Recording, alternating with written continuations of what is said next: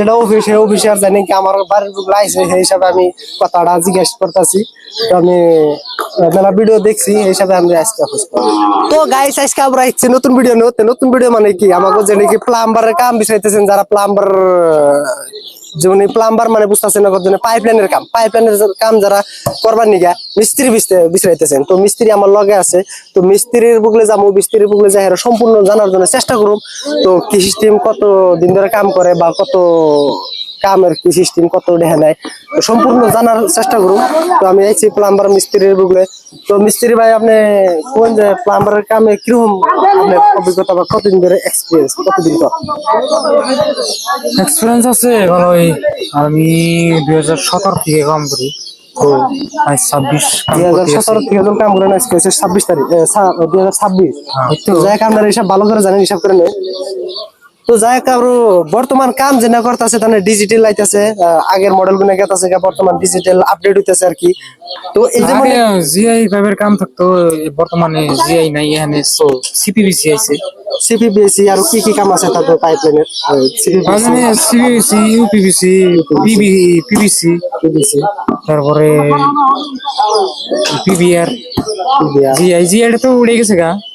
যাই জিআইটা উঠে গেছে, ওটা পুরানো মডেল আছে, তো ওটার মডেলটা উঠে গেছে বর্তমান আপডেট হইতেছে, সম্পূর্ণ বস্তু আপডেট হইতেছে সেই হিসাবে আর কি। তো সম্পূর্ণ ওয়ালার কাম আর জানে আর কি যে এসে বোঝা গেছে যেমন কি আমাকে যদি আমাকে বড় বিল্ডিং এ আমি মাঝে মাঝে যাইতো যাওয়ার বাদে কি হুয়া যেমন কি গাওতো আছে ছোট্ট মোটে বিশ করে ওটা মানে কি বা করব না ওনার সিস্টেমে কাম করেন না কাম। হ্যাঁ যাই কম ওয়াল কাম পারে আর কি যে হিসেবে যেমন কি আরো শাওয়ার যে উপরে থেকে যে পানি পড়ে শাওয়ারের ডুব দেয় ওটা হ্যান্ড শাওয়ার আছে, সিলিং শাওয়ার আছে, ওয়াল শাওয়ার আছে। সিলিং শাওয়ার সিলিং থেকে উপর থেকে পরে, ওয়াল শাওয়ার হলে ওয়াল লাগে এই সিস্টেমটা পানি পরে। হ্যান্ড শাওয়ার আগে নিয়ে ডুব দেয়।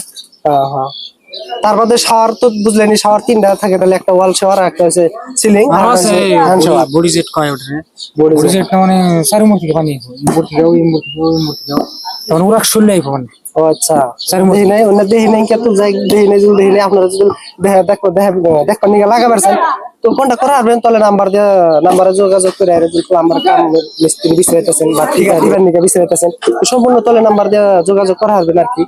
তো আমরা যেটা অফিসে আর জানি কি আমার বাড়ির বুক লাইছে সেই হিসাবে আমি কথাটা জিজ্ঞেস করতেছি। তো আমি মেলা ভিডিও দেখছি এই হিসাবে আমি আজকে খোঁজ করলাম। তো যাই হোক আমরা যেটাকে কি কিচেনের কামও ওটার মধ্যে থেকে অ্যাটাচ থাকে। পানি জনে জনে পানি সব এভরিথিং বলতে পাইপলাইনের ওয়াটার সাপ্লাই যত পানি কাম করে লাগে সম্পূর্ণ কামই আছে একবারে সেফটি ট্যাঙ্কি থেকে একবারে এটির মধ্যে আর আপনার যত আরো কিছু অ্যাটাচ করা হবেন টেনশন নাই, বিন্দাস করা হবেন, ফিটিং করা হবে, যদি লাগে যোগাযোগ করা হবে।